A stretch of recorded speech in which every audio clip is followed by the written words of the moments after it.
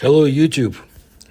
Let me bring to your attention a very interesting research from the files of the Russian researcher and scientist and journalist Valentin Psalomshikov. He had an incredible insight, was very well connected, and his research is basically unknown in the West, so I do what I can to bring his information forward. At the end of the summer of 1978, college students from the city came to a small village near Sverdlovsk for agricultural work. Some of them were placed in the newly built housing of the state farm, or sovkhoz, and some were taken in by local residents.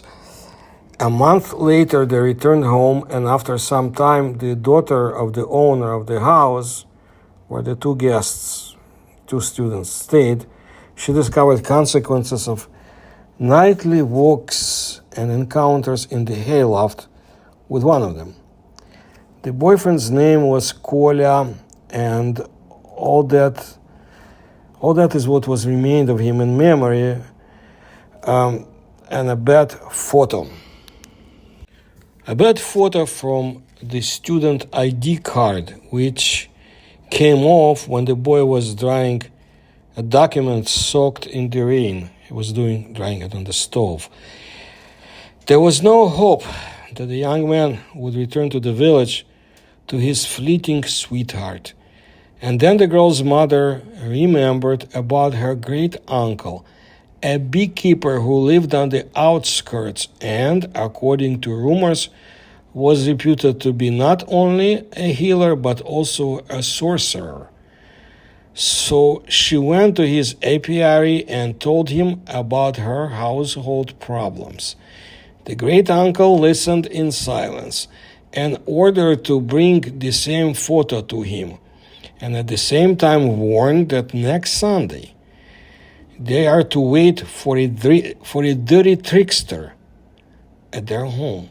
And indeed, on Sunday afternoon, when the daughter and the mother were sitting on a bench near the house, the same young man, Kolya, appeared on the road from the station, walking straight to their house with a doomed and perplexed look.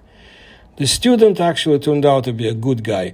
After talking with the girl's mother, he did not deny and blame the sin on fellow students or other passing fellows through the village, but promised to get married and took the girl to the city that evening to apply to the marriage registry office.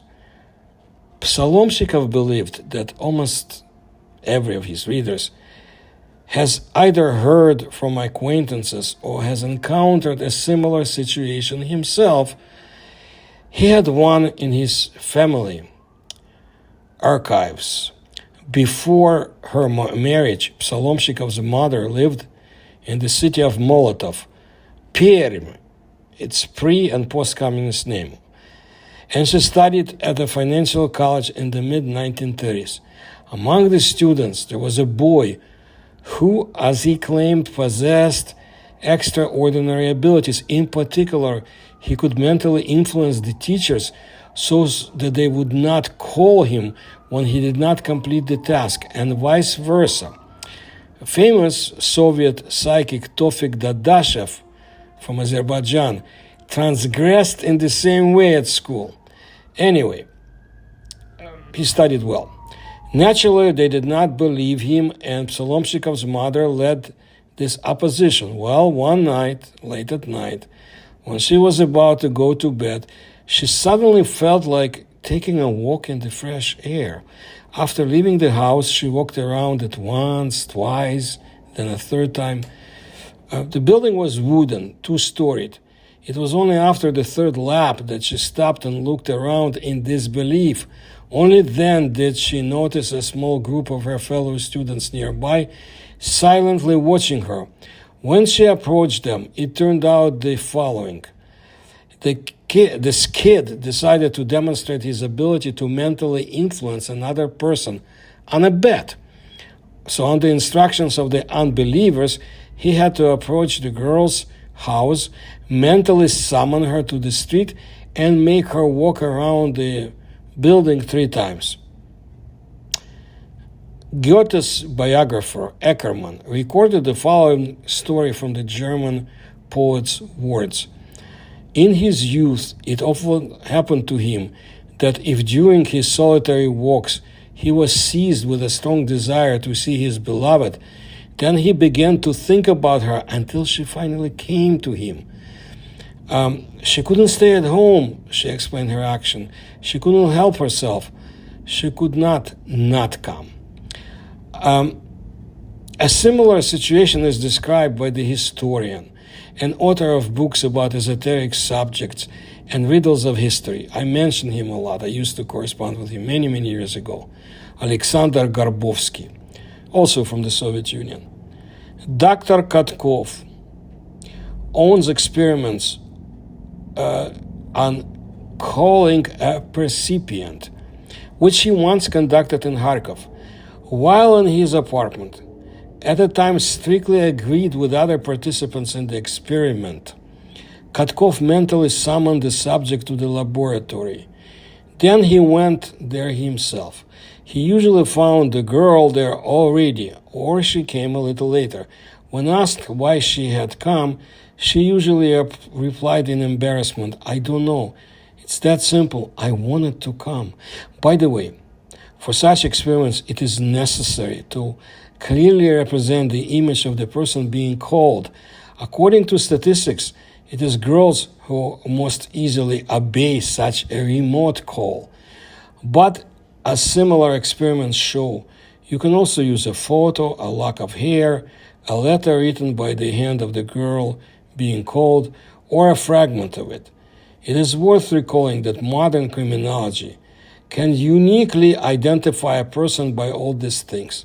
So regardless of whether you believe in all this or not, try not to leave the aforementioned items in the hands of bad people. Moreover, as we can see from the examples above, the victim herself does not even realize that she is performing an action in obedience to a mental order. At the Moscow seminar on anomalous phenomena, held in 1988, Professor Gurtovoy reported on the experiment of a Moscow psychic Dubitsky on a remote influence upon a device located in Sofia, that is, upon an inanimate object. What else can you do? Famous journalist and researcher of the paranormal Igor Tsarev asked the psychic. Well, he said, if you have pain, mentally call him. His phantom will appear. Relieve the pain, cure it, responded the psychic.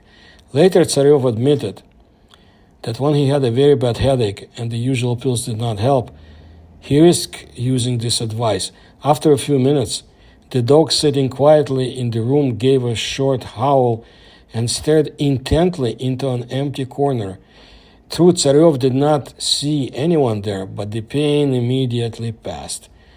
Psalomshikov has repeatedly expressed on the pages of NLO magazine, used to be this very cool magazine in Russia, his hypothesis about the existence in nature, in the development of Hume's ideas, of a collective superconscious, which is the product of the unification of the superconscious of all people living in such, living and not, in such a not only informational but also reasonable structure.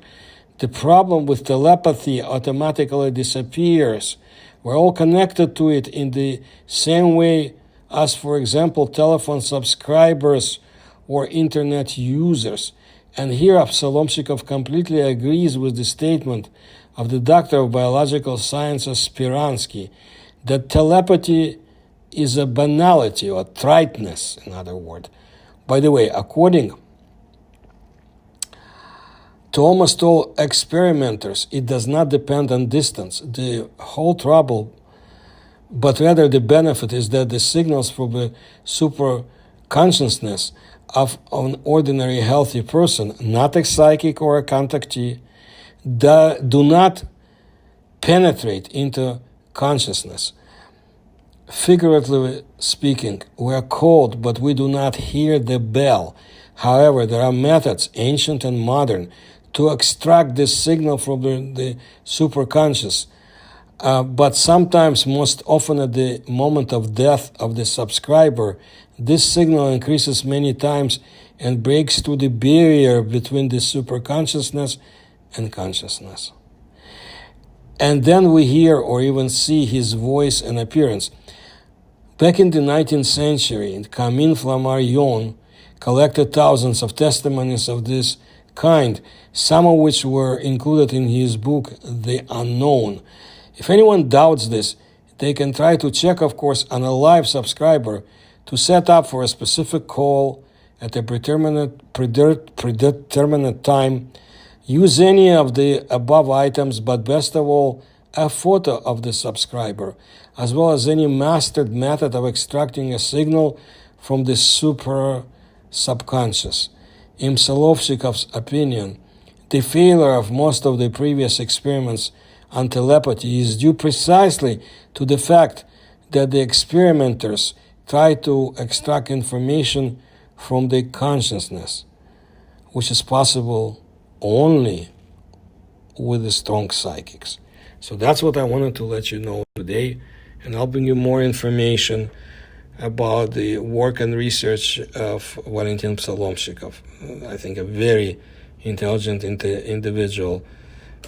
And I remember, outside of this, I remember a very interesting episode that I read in one of the books that was not, of course, allowed to be published in the Soviet Union. It was published overseas and smuggled in the Soviet Union, which was good, so people could read books which are forbidden.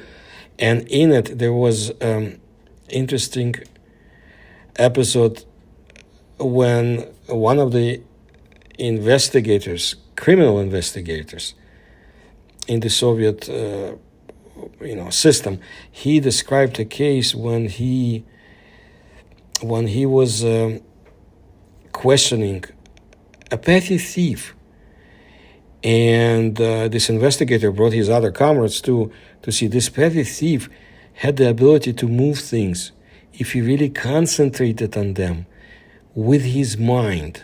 That's another type of psi phenomena, of course. And he could do it to a certain distance and not too heavy objects, but he was able to do it. And of course, they were amazed. What happened to him later, no one knows. He might have been taken during the Stalinist times and used for the secret police, who knows. But again, he had talents that he could not develop. He was just a petty thief at that time. So that's what I wanted to let you know today, and I'll bring you more stories, like I said, about the psi phenomena and the effects on human psyche by different phenomena, and about very talented individuals. Thank you for your attention to my work, and if you can support my research, you'll find the links on how to do it in the description to this video. Please like my videos, tell others about my work. Thank you.